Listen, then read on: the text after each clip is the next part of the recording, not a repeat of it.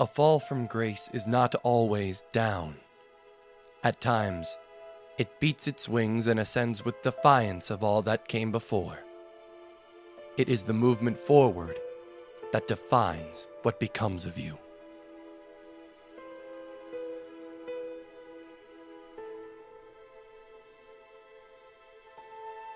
The world of Tamrea is as mysterious as it is diverse.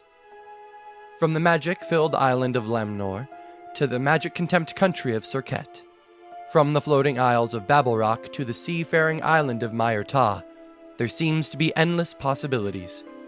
Then, there is the country of Racklin, a melting pot of not only trade but also adventure. Racklin has made itself of vital importance to the world. On the cusp of an industrial revolution, people all across Tamrea flock to Racklin to start their beginnings and to make a name for themselves in a place that is teeming with life. Whether you live the rich, lavish life of a nobleman or woman in the region of Ajax, a dock worker in Clax, a forester in Kuma, or a life of agriculture in Jurgens, on Racklin there is something for everyone. Deep in the heart of this land is the region of Jo-Elle. Jo-Elle spans the miles and miles, packed with shops, entertainment, but most importantly, packed with people. When there is such a diverse and immense population, however, there will always be a need for trade. Therefore, it isn't strange to see a tradesman on their way to and from the Grand City with hired muscle in tow, in order to protect not only their goods, but also their payment. In order to protect the story by following the dirt road up from the outer factions of Kuma toward the Grand City region of Jo-Elle. On this path, we find two individuals transporting a sizable shipment of lumber. A man walks at the front of this horse-drawn vessel, seeming to guide the horses on the path. Normally, this would not be an issue. However, the driver of this transport seems to be napping on top of the lumber. As the sun finally peeks over the horizon, the supposed driver stirs. He sits up, loudly yawns, and speaks to the man guiding the horses.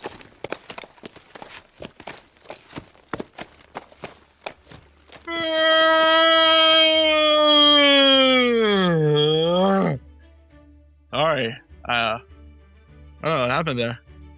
I think you dozed off a little bit.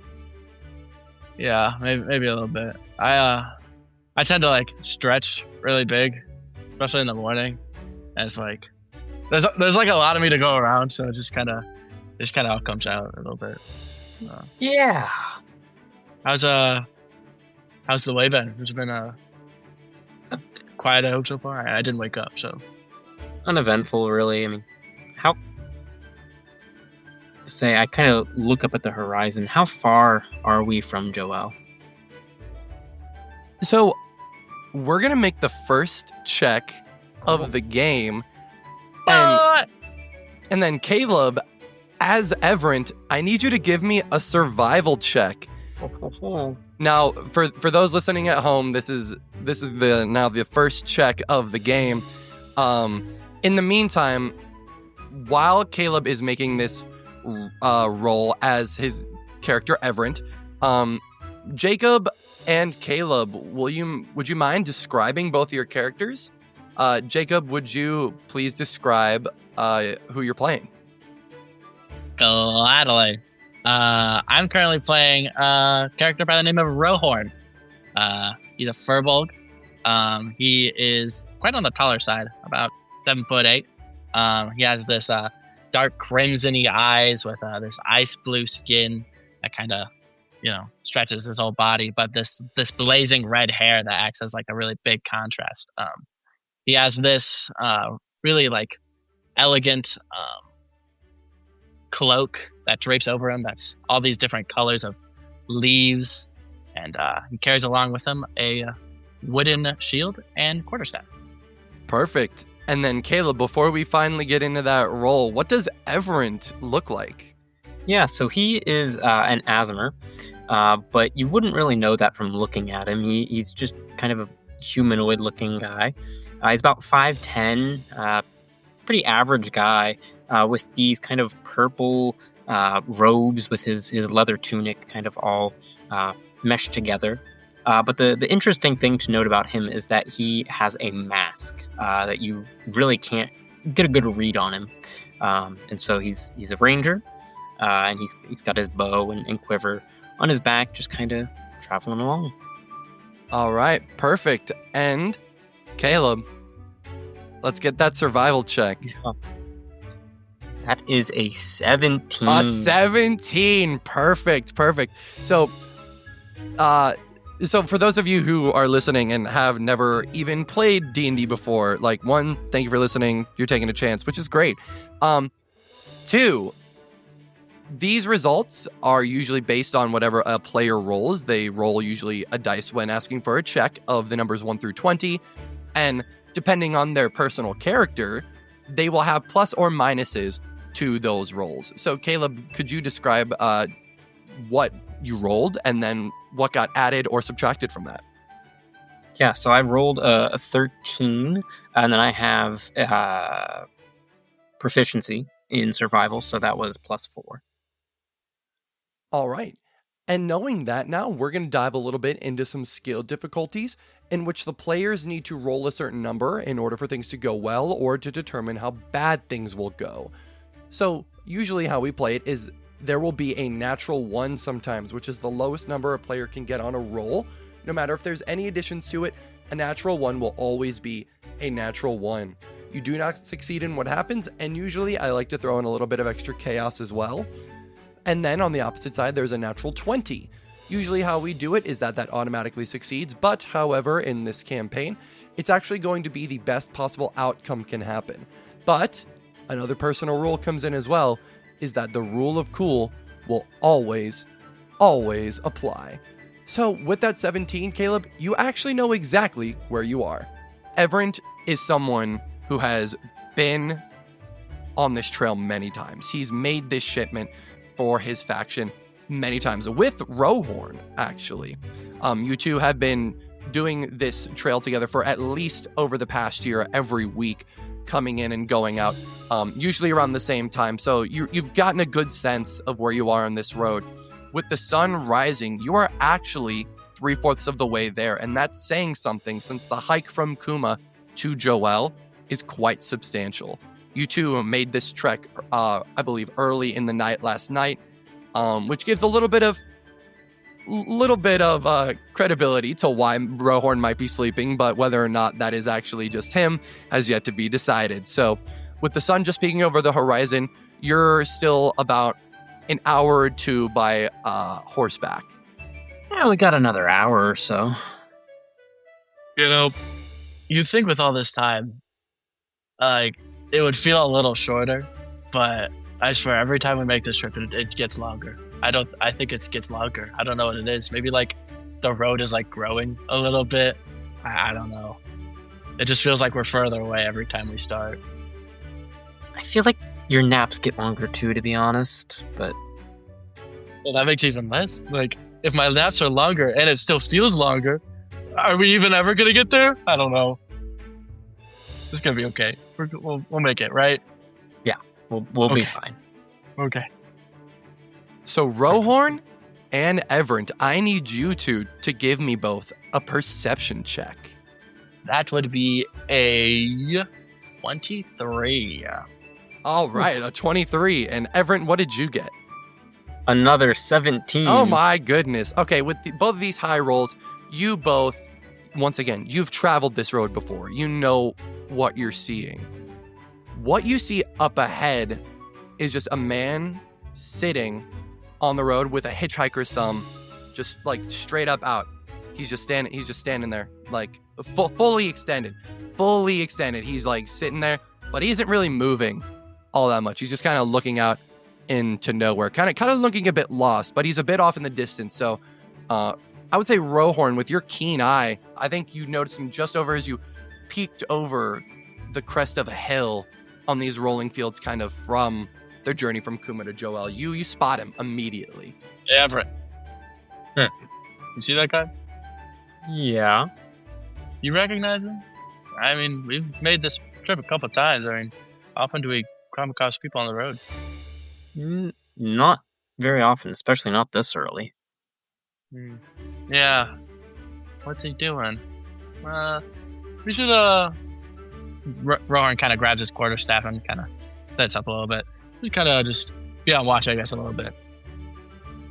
Everett kind of like grabs his short sword and makes sure that's still there, and he kind of heeds that warning.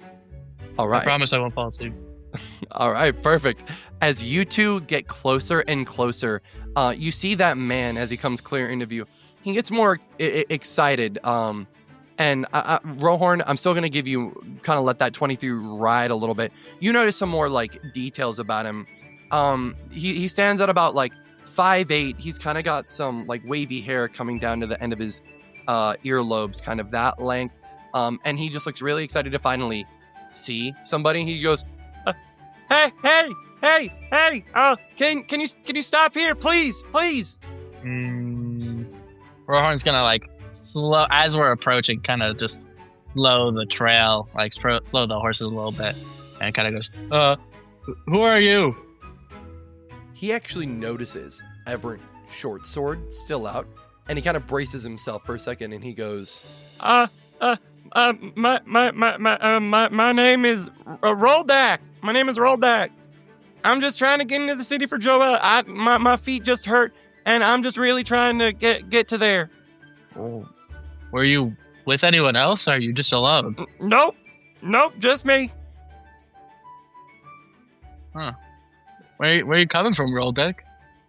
Yeah, I'm coming from Mitvar. It's a village kind of like... Say, are y'all from Kuma? We, perhaps. Okay, cool. I'm just trying to point out to where Mitvar is. It's kind of like west towards there, like a little bit kind of like in between Klax and Kuma. I'm originally from Jurgens, but I moved down there with my family about a few years ago. But I'm just really trying to get into the city. The festival's going on, and I really want to attend. Oh, the festival. Oh, y'all don't know about the festival? I mean, I think I've heard of it once, but that's happening right now? Oh, yeah, no, that's happening right now. I was going to say, if y'all don't know about the festival, that's a little embarrassing. I can't lie to you. Well, I didn't. I'm not, like, from this area, but, like, Everett, you know about the festival he's talking about? Yeah, I was going to say, you're being awfully quiet, friend. You got a sword out, so I'm not really inclined to, like, kind of, like, speak to you. I don't know if you're dangerous or nothing. This whole time, by the way, Everett has just been glaring at him, God. just very suspicious. Oh God! But at this point, he kind of put his sword back in its sheath and says, "Okay, I think we might have missed it last year." That makes sense. We get to be pretty busy sometimes. That's funny. That's a good joke. That's a good joke, friend. Yeah. So you just want to get Roldak, was it? Sorry. No, yeah, Roldak. Yeah. Roldak. You know what? I think he's a cool guy. Zillow is the name. Zillow. Okay. Yeah. Oh. Yeah, Roldak. Yeah, man. Roldak Zillow. Zillow is the name. Yep, totally. That's me. You know what? I think we could trust him, Everett. Rohorn scoots over a little bit and kind of like puts a little side on one of the logs and pats a little bit. He's like, "Come on up. There's plenty of space. We're basically there." Oh, thanks, man. So he sort of like scampers up it a little bit. He like whips back and he's like, don't okay. mind, don't knock anything over. Careful. No, I know. There's a large supply of lumber y'all got here. Oh my goodness. We're strong men. Yeah. Okay. So, we should probably get moving. The festivities are, like, probably already started by now. People were celebrating last night, I heard, so I really wanted to get down there. Oh, yeah, it's supposed to be fun. Y'all really not know about the flight? I'm gonna be honest. Y'all don't really know what's going on, do you? I mean, you might as well let us know just to, like, be certain we are talking about the same thing, of course. Yeah, okay. I think we should get the horses moving because, like, we still got, like, at least, like, an hour or two to go. So, I'm thinking we should, like, move. Not that I don't appreciate your kindness. You know, don't look a gift horse in the mouth. Hint, hint, wink, wink. I know there's actual horses there. But, like, yeah. Nudge, wink, wink. Yeah. All right. And Rohan kind of leans forward and pets the horses and go, "All right, you guys can go ahead now." Perfect. The horse gives a little whinny, shakes its head, and just starts going, leading the three other horses that are drawing that large vessel with large stacks of lumber behind you forward, and you all start rolling along. And then we pan up from that scene. We travel westward. Almost on another dirt path, we see these wooden wheels, then immediately as they're rolling along, bump up onto cobblestone, as now we hear larger clacks of horse hooves. This time, it is a carriage drawn by only 2 horses. A very well-dressed gentleman sits at the front, driving the horses with a large carriage in the back. This particular carriage is carrying about a dozen people side by side. It is almost eerily quiet as this carriage is also headed for Jo-Elle. But in this carriage, there lies 2 certain individuals. One with almost a dark, foreboding exterior surrounding her, and the other almost with a chipper yet nervous smile on her face. You know, I've always hated many groups of large people.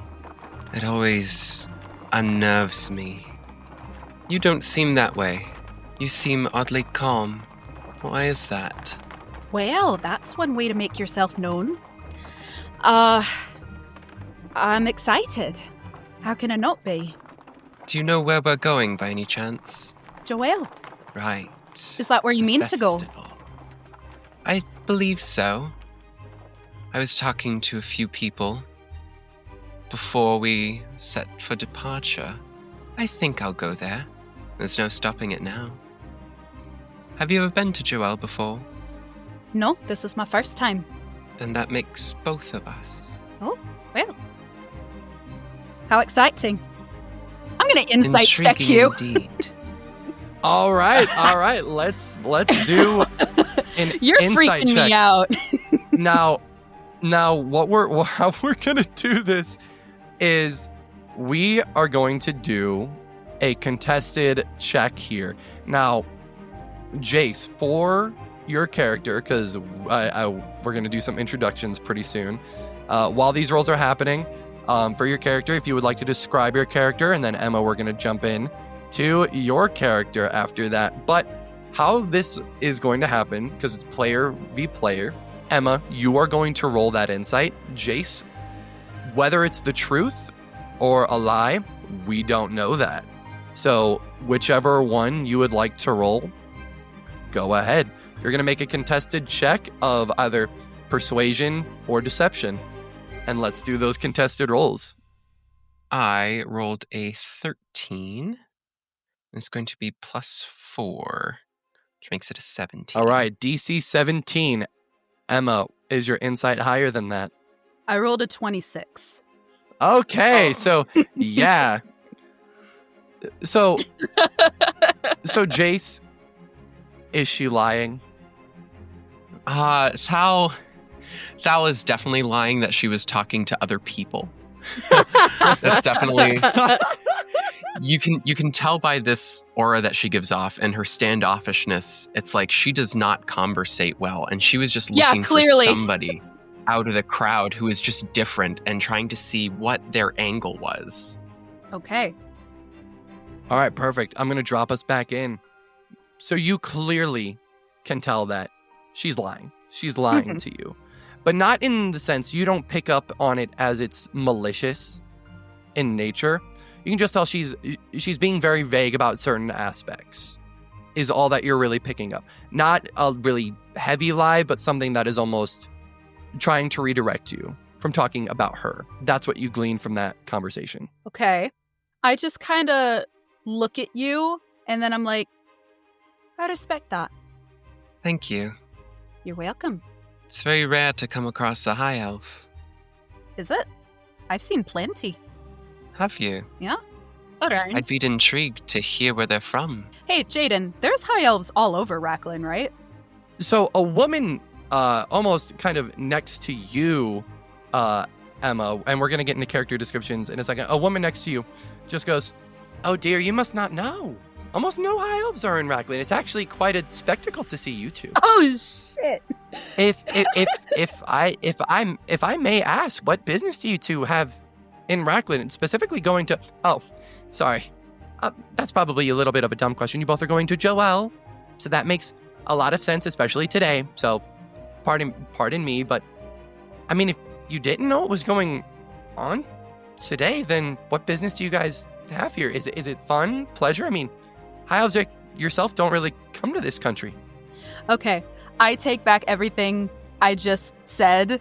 Instead of being like, oh no, I've seen tons of high elves, I just say, we actually are a bit of a rarity. Oh, you sure are. Anyway, I actually know exactly what's happening in Jo-Elle. That's where I'm headed. Perfect. Oh, by the way, I love your accent. Oh, my thank gosh. you. A bit different from mine. I was going to say, you're fun too. I like you guys. What's your story? Tell me where you're from. Ooh, Bit much. No, no, you know what? Fair enough. I get this sometimes. Sorry. well, where are you headed? To Jo-Elle.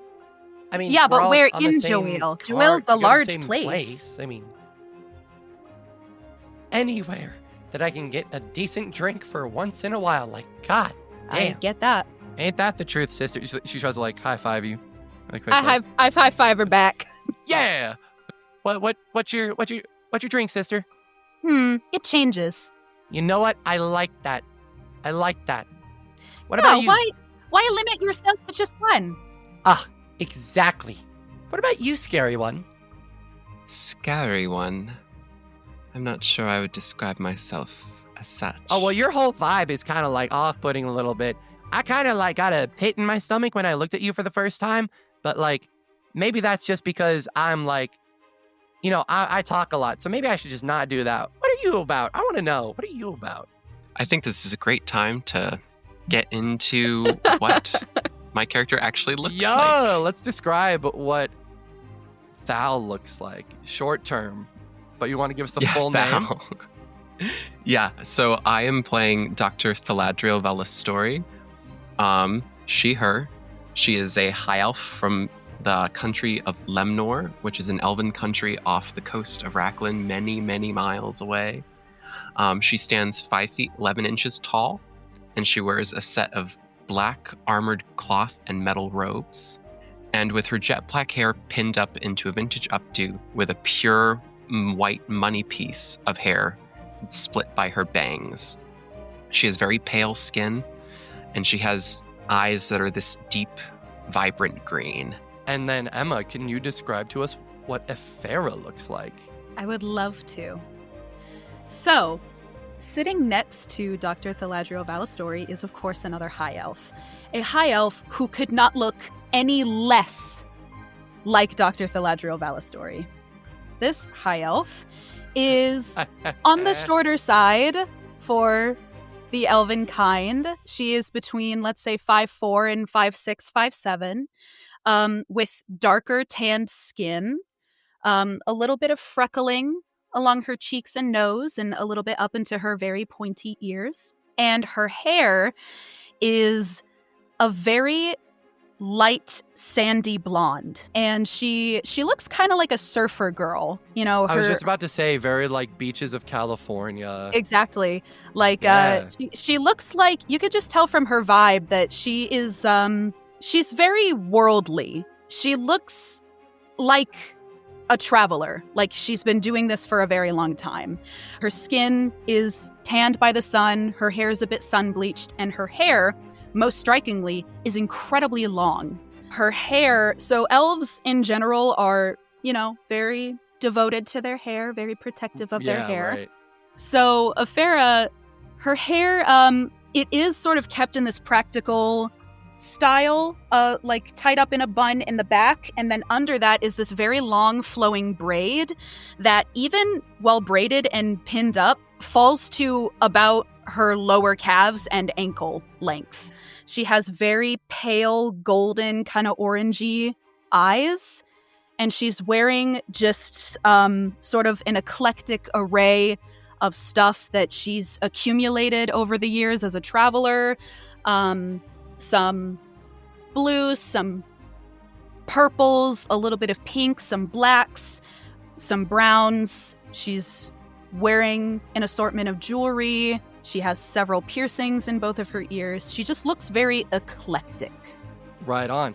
And the woman next to you is very, very fascinated in speaking to the both of you. Like, as Emma, you said, Afera and Dr. Thaladrio Valistore look very, very different sitting next to each other. And she's just like, so do you two know each other? It seems like you have I don't know. Do you have like a dynamic going on? Like this is interesting. I mean, it just so happens that two high elves are sitting next to each other on the way to the biggest celebration of the year in the country.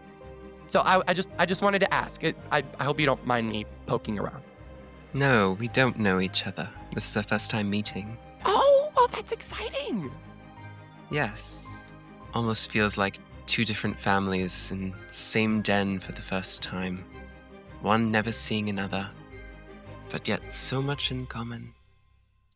So gloomy. Agreed.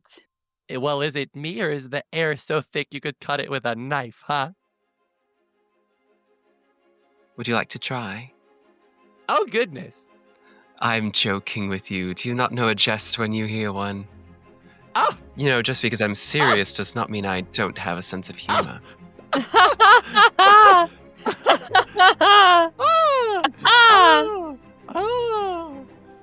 You're so... There's a reason I'm a teacher. Oh, are goodness. You teach children. No. Oh, thank Christ. Who is Christ? Great question. Move on.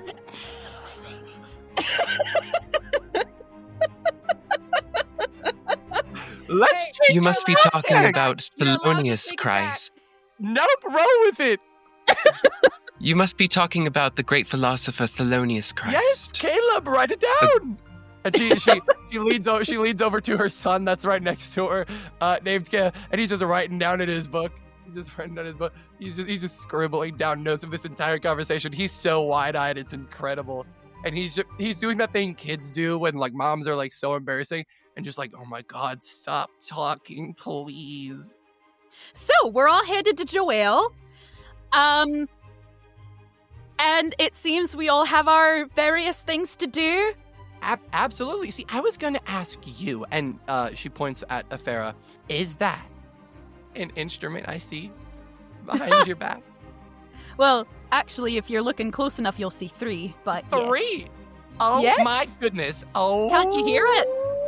What do you play? What do you play? I must know. So, on Afera, you see there is a tambourine strapped to her hip that kind of jingles and chimes as the carriage kind of like bumps over a rock or such. I was going to say then- I could hear the tambourine, but I want to know about the other one. And she kind of like does a little shoulder shimmy as she like leans in closer. You see some of the other people in this carriage are just like, Jesus Christ, can this woman shut up? Like, my God, there's a reason this little boy that's next to her, Caleb, like just wants her to stop talking, but alas, his mother will not. Well, if you must know. And she reaches over and there's like a little strap around her waist. And she kind of pulls it to the front and detaches it, and it's a violin. Strings are my favorite. Can you play something? Oh, in the carriage? I mean, if nobody else minds, a dude just at the front who is so tired just says, stop it. Stop. Okay, Oh, I'm gonna do Come on, wake up. We are going to the festival. You play, do whatever you want. Don't mind Mr. Grumpy Pants over there. I'm gonna do an insight check of This the is the- room. Oh, absolutely. Please, go ahead. I'm gonna need, dude, give me, like, honestly, give me a perception check. General perception check. I need a DC Okay, not 10. insight, perception. Nah, perception. All right, here we go. I need to beat a DC 10. 18. Yeah, everybody is kind of like getting a little bit more awake because of this conversation. However, you can tell at least over half of this carriage, this carriage is full about 10 people max, so it's about 6 other people apart from you, Ifera, Dr. Thaladrio Valistore. I hate you all who are just over the thing. I did not mean to make a 6-7 joke. You suck. So, to continue, it's about 6 other people despite you, Theladrovelis story, doctor, excuse me, this woman and her son Caleb. But about 3 of them are also intrigued to see where this might go. You know, they're on their way to a festival. So some of them are thinking, you know what, actually, this might be fun. So we do have like a majority that maybe are in the festive spirit. Oh, absolutely. You could give it a try. Okay. So that's what you glean from an 18, that like at least over half will enjoy it. You might be able to win some more over. I turn to Thal and I just kind of look at her quizzically, expectantly, and then I just say, well, with your permission. If you must. And now, Emma, as a bard, give me your first performance check. Oh, let's do it. I'm gonna say bar's pretty low. Give me a DC 12. Hey, for a DC. guys, I'm going to send you a picture of this because I'm not lying. I just rolled a nat 20. Oh, first nat 20. Post-production Jaden. Hold on, everybody shush. Post-production Jaden. Throwing some triumphant music. I'm gonna shut up. Triumphant music playing. Everybody. Hey, yo. Getting to In 3, 2, 1. Oh yeah. Bum, bum, bum, bum, bum, bum. Wait, we don't have that. Sorry. We're not. That's copyrighted. So that is the first nat 20. Ephera, you feel the vibrations in your feet. I don't know if you've ever fucking seen Avatar before. Like I the have. last Airbender Avatar. Like tall. Yes. Feeling the vibrations in the floor. You immediately pick up the wheels. These wooden wheels of the carriage are clacking along the cobblestone. You hear the horse hooves hitting this cobblestone. You immediately pick up a beat and let out a long cry from this violin as you just start playing.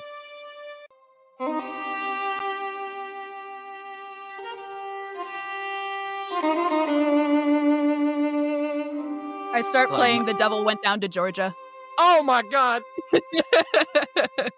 The devil went down to Jo-Elle. Well, the I don't devil think we went have the down to rights to that Jo-Elle, either. and he Hey, was bro, this looking is an for audio Theo. medium. We don't. This is a lawless wasteland. This is a lawless wasteland. As this scene starts to unfold, we then pan out. Ephera leaves this scene with an unbelievable performance, hopefully setting the tone now for the rest of the story. And then Oh, shit. we go in to the city itself. The region of Jo-Elle is as vast as it is populated. Its expansive streets are lined with vendors, taverns, living quarters, shops, and entertainment. Around every corner, there seems to be something new. The recent industrial and technological advancements made in this region has the populace coming in droves to not only marvel at the grand city, but to also make a start for themselves. However, on this particular day, there are even more people than usual. Signs and banners hang above every street. These ornate purple, blue, and white decorations with gold trim all advertise the titular Festival of Flight. There is one particular street along the vast entertainment district in the western division of the city, where these vibrant hue of the signs and banners are washed out among the onslaught of brilliant colors that coat the street. This is what is known as Artist Alley. Dancers, painters, sculptors, actors, musicians, and more flood these streets in hopes to get newfound fame or just a little extra money from the people passing by. Even more pop-up booths line this alley just for today. In this, we see a cluster of individuals trying to sell their newfound paintings. There, we see a young woman who is eagerly trying to sell one of her newly made works. She's purposefully taking off her shawl and like shaking her tits a little bit. What a Anything great that start. sells. Go ahead. No, go into it. Pop off. No, hell yeah. This is. She's got like one painting on an easel. It's like a landscape. It's like some rolling hills. A very vibrant sunset is on this easel, and then she's got like a stack of maybe 5 or 6 others that are right next to her, and she's been kind of like interchanging them out for the past however long she's been there, in intervals, just seeing what grabs people's attention the most. I need you to give me a performance check. See how well you can sort of grab someone, not only with your art, but just like a street vendor trying to grab somebody's attention. Caleb, that was so unnecessary, dog. It's so funny as fuck. I hate you so much. That was great. For those listening, Caleb shook his chest just straight at the camera. Filled the whole camera with him. As he should. As he should. Okay. You said what? You said perception? Give me a performance check. That's what it was. Okay. One of the P's. In order to grab someone, give me a DC 14 performance check. Well, brother, it's not that. It's an 8. So with an 8, there are a lot of vendors on this. Whether you think their art is better or worse than yours is not the case. This street is unbelievably packed, like sardines. People are moving through and out, in, everywhere. So it's hard to grab at least one specific person's attention, as well as trying to break people out of a I need to get to this place kind of mindset. They know where they are. However, I will say it's about 1 to 2 more hours of you trying to like pick somebody out until somebody finally approaches. I think what I would do is at one point I'm just so fed up, and I think the next person that comes crossing, I'm gonna stick my leg out and try and trip them, and then once they are falling over, I'm gonna just go, oh, I'm so sorry about that. It's such a busy street. I know it's so crowded. It's insane. All right, perfect. Give me a sleight of hand check to see how well you pass that off as an accident. All right, the dice you gave me rolled like shit, so I'm switching them out. Hey, dude. You know what? Fair enough. Well, that's a nat 20. Oh! Everybody, get in the chat. Jaden, play that theme music. 2 nat 20. 2 nat 20. 2 nat 20. They don't call it nat 20 for nothing, baby. 3, 2, 1. Everybody turns off their mics. Oh my god. And we're back. Welcome to the story. It's a bit of a older gentleman, almost like in his maybe mid 50s. Not quite old, but it's sort of like he's moving. You can tell maybe like he's got time to stop, and that you might be able to pull this maneuver. So you trip him, and almost a reverse dip, you pull this maneuver, and you just have him, and he says, "Oh." Sorry, that caught me off guard. This happens all the time. You're not the first. Trust me. It's a bit busy street. I know. Oh well, thank you. And he sort of adjusts his like little rectangular glasses, and pushes them down. And when he looks up at you, would you like to describe what we see? He sees one of, if not the hottest women on the face of the planet. Period, go off. Did I use that correctly? 10. Did 10 I use out that of 10. correctly? Yes, you did. Let's go! Yes, you did. Don't worry. We see a human woman, stands about 5'8", 10 out of 10. She's gorgeous, drop dead even. She's got this stark white hair that is kind of hastily pulled up into just like this very messy ponytail on top of her head. She's got a bunch of piercings on her ears. She's got like 2 little hearts under her eyes, sort of tattooed there, and the eyes themselves very vibrant hazel, draw you in right away. She's got not quite like pale, but skin that obviously hasn't seen the sun very often. Almost like fair skin? Yeah. She's got like a golden sort of cropped tank and like these dark red sort of like parachute pants almost, with like these golden like strappy sandals, and she's got a shawl sort of wrapped around her, and it's this like dark red with these golden stars and moons sort of all across it. So this man looks up and he's like, "Oh, well, if I may, thank you, my dear." And like he grabs your hand, gives it a kiss. You're almost getting the vibe that it's not sexual in nature. It's a genuine gratitude. He's like, "Oh, if I may ask, what are we selling today?" Selling my paintings. Sort of getting my start out here, I guess. Oh, well, good for you. If I may ask, would you be able to show me your best work? I will take the one that's on the easel. I'll take it off and I'll switch it out for a portrait that I have of a human man who is looks probably about 20-ish. He's got this dark wavy hair. He's got a couple scars, some stubble. He's kind of taller and a little bit lanky, and he just has this look of love and devotion in his eyes. Whatever he's looking at is the most precious thing in the world to him. Oh. Really proud of this one. And you can tell as she's talking about it, there's a sense of not sadness, but melancholy, I guess. He takes a good second to look at this.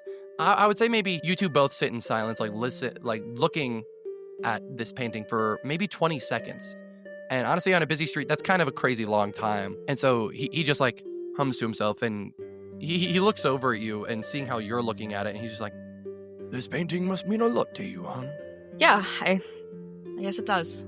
Well, in no good conscience could I take it off your hands. However, I will take that piece that was on the easel before. Oh, the landscape. I like that one. Yes, Good. I think it would just look lovely in my den. It would look with a great frame around it. Oh, I'm sure it would be great. Well, I am inclined to agree with you. Well, that being said, how much will this painting cost me today? How much you willing to offer? Ha ha ha! How about 2 gold? We have a deal, and I will take the 2 gold and I'll hand it over to him. he sort of wraps it in I think the cloth you have available to in some loose string that he carries it with. Whatever the Racklin equivalent of tissue paper is. No, yeah, and I mean you can say we can just say it's almost like tissue paper, or Yeah. almost like paper sheets to where you wrap it in. Yeah. Not in a wrapping paper almost, but akin. And he hefts it on his back. How big is this portrait? It's 16 by 9.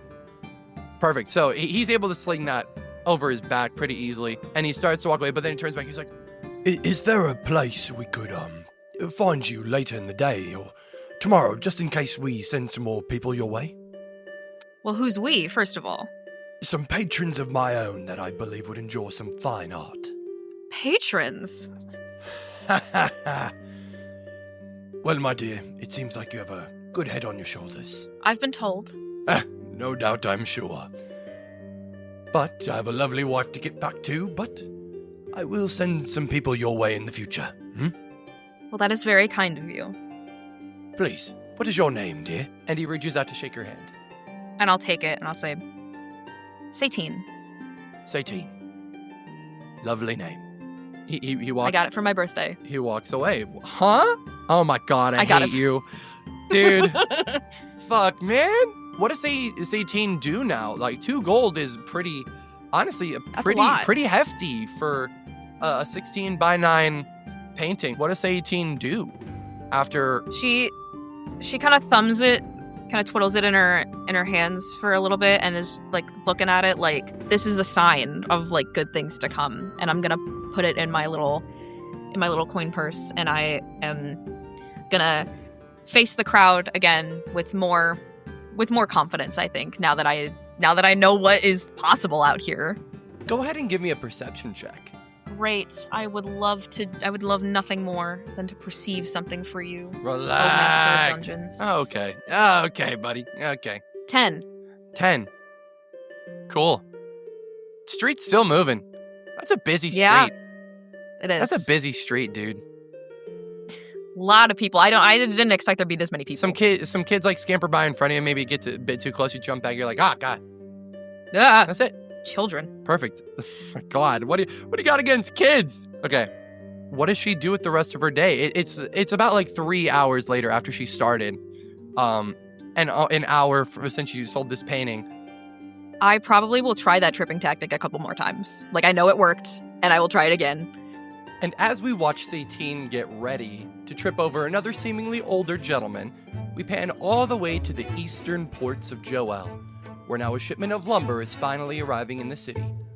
There is a bunch of both burly men and women moving things on and off of carts, getting ready to send shipments out to every which way of the country. Whether it be steel, lumber, wheat, or anything, it all comes through one of the many ports of Racklin. Through Jo-Elle, we have the northern, southern, western, and eastern ports. But the port we will be focusing on is the eastern. This is where most of the wood and agriculture is collected to be redistributed throughout the rest of the country. Over the rolling hills, we now see the 4-horse-drawn carriage come back into view. Still slung with its massive hauls of wood, Everett is still leading in the front. Or Caleb, has he now hopped on the carriage at this point? He's probably hopped on at this point. It's been an hour. He's not one to walk too much. Rohorn, may I ask where you're seated now? Are you still sitting next to Roldak, or have you moved elsewhere on the carriage? Yeah, I like to think that he's sitting in the middle of the two. So Rohorn's in the middle, and Everett's on the right, and then our new traveling companion's on the left. Yeah. Roldak Zillow, he kind of jumps off and says, thanks, guys. And then he kind of runs off almost immediately, kind of into the hustle and bustle of everybody moving about. You're almost kind of losing him through all these busy people moving in and out. He runs and almost barrels into somebody just as he runs away. Oh, wait. Wait, what? I hope we see him again. Oh, I was just going to ask you. I can't hear you. I'm getting farther away. Then why are you trying to keep talking to me then? I don't know, you're talking.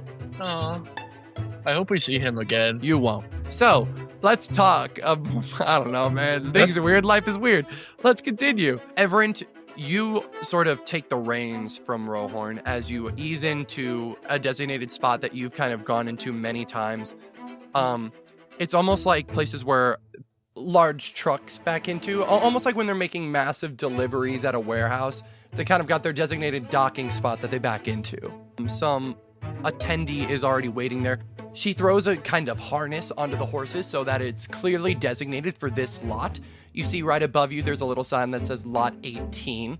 And now some other workers are sort of piling up everything from the back of your carriage, now onto the upper wooden dock space that you're loaded up at.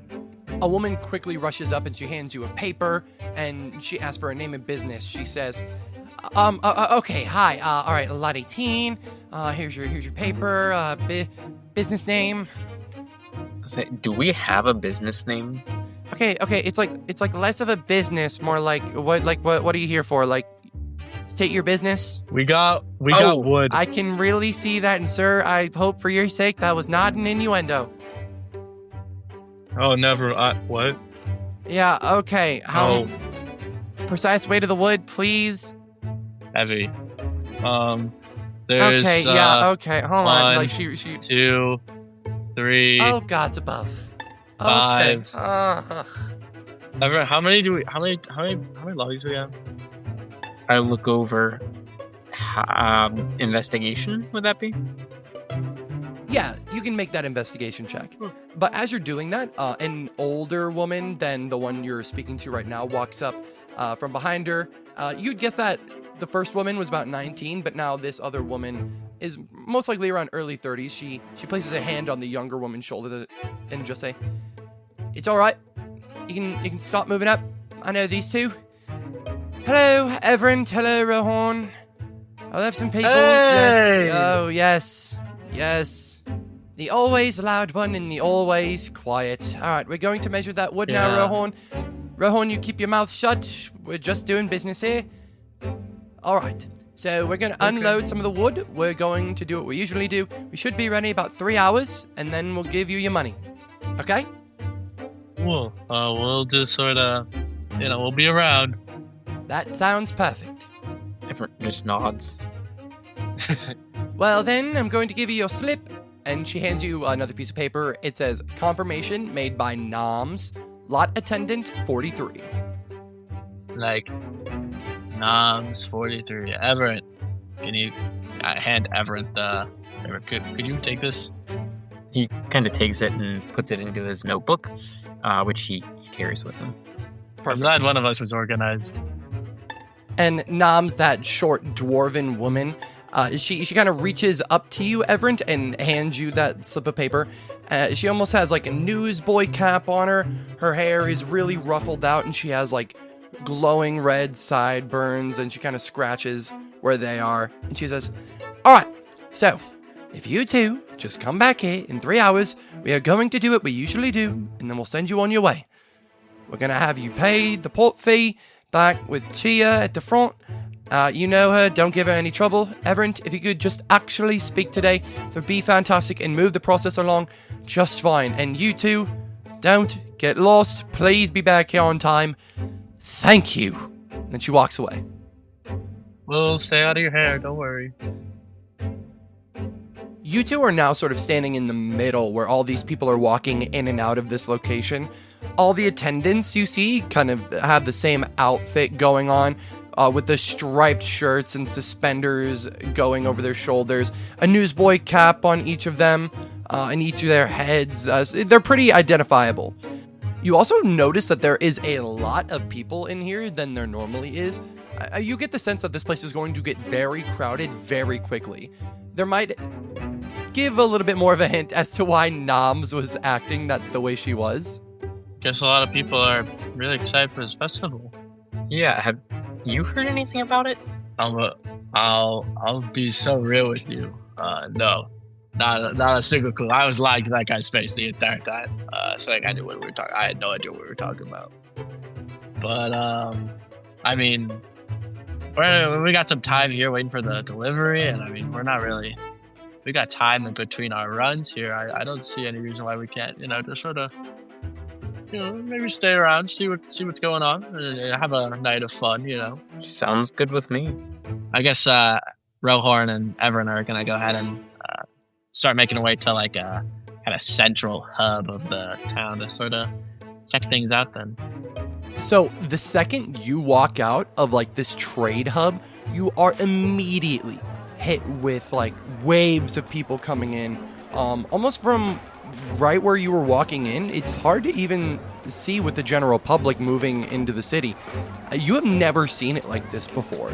It is truly just packed to the gills, and there are now many, many new flowing signs filled with multicolored fabrics strewn about, whether it be in silk, cotton, velvet, all different types of new signs are posted up, and they all seem to belong to vendors, and it's like everybody is funneling towards the very center of this region.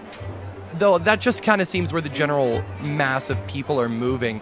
That's not even accounting for the people that are stopping, chatting at tables, at restaurants, people bustling in and out of shops, taverns, waiters are kind of running across the street, even asking if other restaurants have replacements because they're already out of stock and it's only 11 a.m. So this is a lot to take in. Everett kind of nods again, clearly a little overwhelmed by the amount of people. Any stores you're interested in? Want to like hop in like maybe somewhere smaller? It's kind of not as crowded. Kind of collect our thoughts a little bit about where we want to go next. Yeah. Nice. Mr. Jaden, what kind of storefronts do we see here? So what you're seeing as you make your way down the street and kind of following the crowd is a bunch of different places. What you're mainly seeing are a lot of different restaurants, pop-up shops, a lot of these vendors as well that sort of quickly posted up on the street have now like thrown about some tables and chairs to give the people that are coming by a more welcoming experience and draw as many people in as they can. But also what you're seeing is a lot of homes on this street. But when you get more into the shopping area, this area in eastern Jo-Elle, it's just an array of colors. And you're not quite at the center yet, but you're almost kind of in the outer rings of the city. Think of it in almost like tiers. So the outer ring, the middle ring, and then the very center. The ports mainly line the outside of this region, and then it's almost directly the shopping and homing district in that middle area. This is where people from all walks of life come into play. There's a bunch of different shops, entertainment districts, restaurants, everywhere. Just places for people to honestly exist. Also with gardens, it's incredible. But you're almost now entering that middle ring where you start to enter the heavy shopping district. And along that way, you're just seeing a bunch of leatherwork stores, just anything you would kind of see where there's a lot more touristy things, such as like luxury shops as well. Almost like exclusive fruit vendors. You're seeing also now a bunch of buskers moving about. People are juggling, trying to entertain the public. So you're truly just kind of being blasted by an array of literally anything, a sensory overload that would be someone's worst nightmare. But on each street, you're honestly just truly noticing more signs for the Festival of Flight. And in quotes, it says, celebrating our angelic royal guard. Oh. Royal angelic guards, huh? Celebrating them, too. That's good. You think? I'd like to meet them, I think. You think they're going to be, like, here? I feel like if they're celebrating it, I'm sure they'd show up. Interesting. Could be. I don't know about you, but I mean, I'm kind of a little hungry. Yeah. Yeah. Okay. Rohorn kind of like starts like kind of biting his finger a little bit, looking around at all the different places. He stands like a foot above all the other people, so he's just kind of like rotating around in a circle, looking at all the different stands. And he's just gonna like start like sniffing the air a little bit, and he's just gonna slowly start walking to wherever his nose leads him to the tastiest smell. So as Rohorn is now walking down, kind of just following whatever scent is leading him along, Everett, you decide to follow as well. And as you two are now getting deeper and deeper into this region, getting closer to the center of the city, we pan out and we follow all the way now to the southeastern section of Jo-Elle. Entering the shopping district almost at the same time as Rohorn and Everett, we now see Dr. Thaladrio Valistore and Efero once again. In this part of the city, the architecture is a little different. Everything is starting to now get taller as you move closer to the center of this city, but both of you now are starting to get overwhelmed, and everything, the hecticness of it all, is just hitting you all at once. Oh God, it smells awful. What are you smelling? Oh, it's like children in grease, all fixed into one melting pot of horrible. Oh. Yeah. I can understand it would be a bit overwhelming. Have you never been to the Festival of Flight before? No. This is my first time being in Racklin. I've only ever heard the stories of such festivities, but I never imagined that so much could be in one place, and yet smell like so much nothing. Well, that's Jo-Elle. And I take the scarf. Okay, well, I pull up my hair, kind of wrap it around my shoulders and tuck it into the scarf to kind of keep it off the ground. And then I take the little scarf shawl that I have and I kind of pull it over my head, kind of making it into a little hood. All right, cool. And as you two are now sort of walking to the very inner circle of this district, you're noticing that the buildings are starting to get a lot taller. Like, truly, it feels weird. The buildings are almost like slowly crescendoing higher and higher into the sky. Something that you've also now begun to notice is that there are now a lot more stairwells built onto the side of these buildings, trying to get to shops built on top of shops, housing built on top of all of them as well. It's the kind of vibe now that no matter what building it is, they're just becoming even more grandiose in scale. And as you keep walking, you're actually starting to notice that the streets are becoming a little less clogged. And as the crowds become less and less dense as you go more towards the middle, you're surrounded by different eateries and local shops and alleyways, but in the very center is a beautiful garden with a park in the middle of it all with different festivities happening around it. It's beautiful because within this city of rock and wooden buildings and steel, there's just this well-preserved garden that's still there with flowing water running through it, and it's beautiful and serene. And it's almost a shock to you both that something like this could be living within a big city like this. Rock and wooden buildings, there's this well-preserved garden that's still there, with flowing water running through it, and it's beautiful. And it's almost like a shock that this is still here. Lovely. I think Thal is gonna walk up to the garden and start looking through the flowers and taking note of which ones are there, seeing if she hasn't seen any of them before. Jace, go ahead and give me an investigation check. I rolled a 10 and it's a +2, so that is a 12. With a 12, what I'm going to give you is that you actually get a good sense of the scope of what kind of flora that is within this park. while there's a great mix of tulips, chrysanthemums, hydrangeas, there's not really anything that is abnormal to you or that would stick out. Think that there's an easier flower to be transported in. That's what you would guess. It wouldn't be regioned stationary in here. Like, nothing particularly grew here itself. This park is almost man-made, and that's what you gather from this 12 investigation check.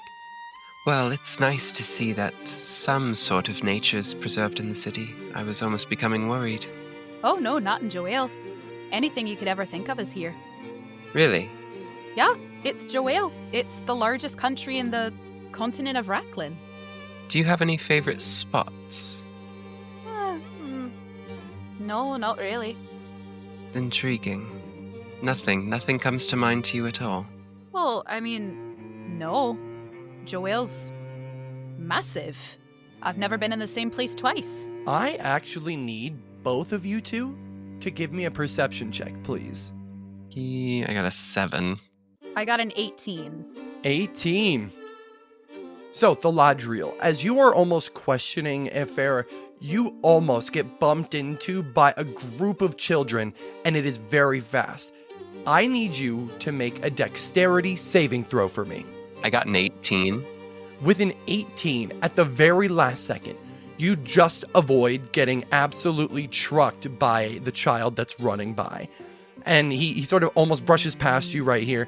And the group of kids he was with stop ahead of him as he twirls around, now facing you. And the rest of his friends down the road are now looking at him, and they're just waving like, come on, come on, come on. And he just looks up at you. He is unbelievably scared. And actually, I'm going to roll a Constitution save for him. That is a 19. Perfect. He's good. He's good. You know. I'm just gonna say that I'm not really gonna say what that con save was for, but Lord, it would have been funny. He then takes a step back and then he peers over your shoulder, and then he turns around and just starts sprinting back towards his friends again. I guess they weren't kidding when they said high elves weren't common. Also, Efera, what you got from that perception check is that you did see those group of kids running. And can you remind me what exactly you just got again for that perception check, please? Oh, perception I think was 18. Awesome. So what else you were able to get from that is that the boy that ran past the Ladriel also reached into her bag and was able to pull out a coin during that altercation. And Ew. Efera, you know that the reason why she now almost got toppled over, it was all a part of the ruse so that that child would have the chance to get that coin. As Thal says, oh yeah, I guess high elves are common, I just kind of shake my head and I say, no, it wasn't that. He stole from you. Oh, It was just a Well, coin. I Here, you can see. take this one. And I flick you. Was it a gold coin? Did I see what it was? I'm going to say that, yeah, you saw a little sparkle of gold and that it was a gold coin. Okay. That he stole. With that perception check, I'll give you that. That's all you were able to glean from the rest of that, though. Okay. I reach into my satchel and I fish out a gold coin and I flick it to you. I'll catch it in between my fingers and I'll just kind of look at Efera for a second, tilt my head. I'll just put the coin into my pocket and I'll say, a small act of kindness for a stranger you just met.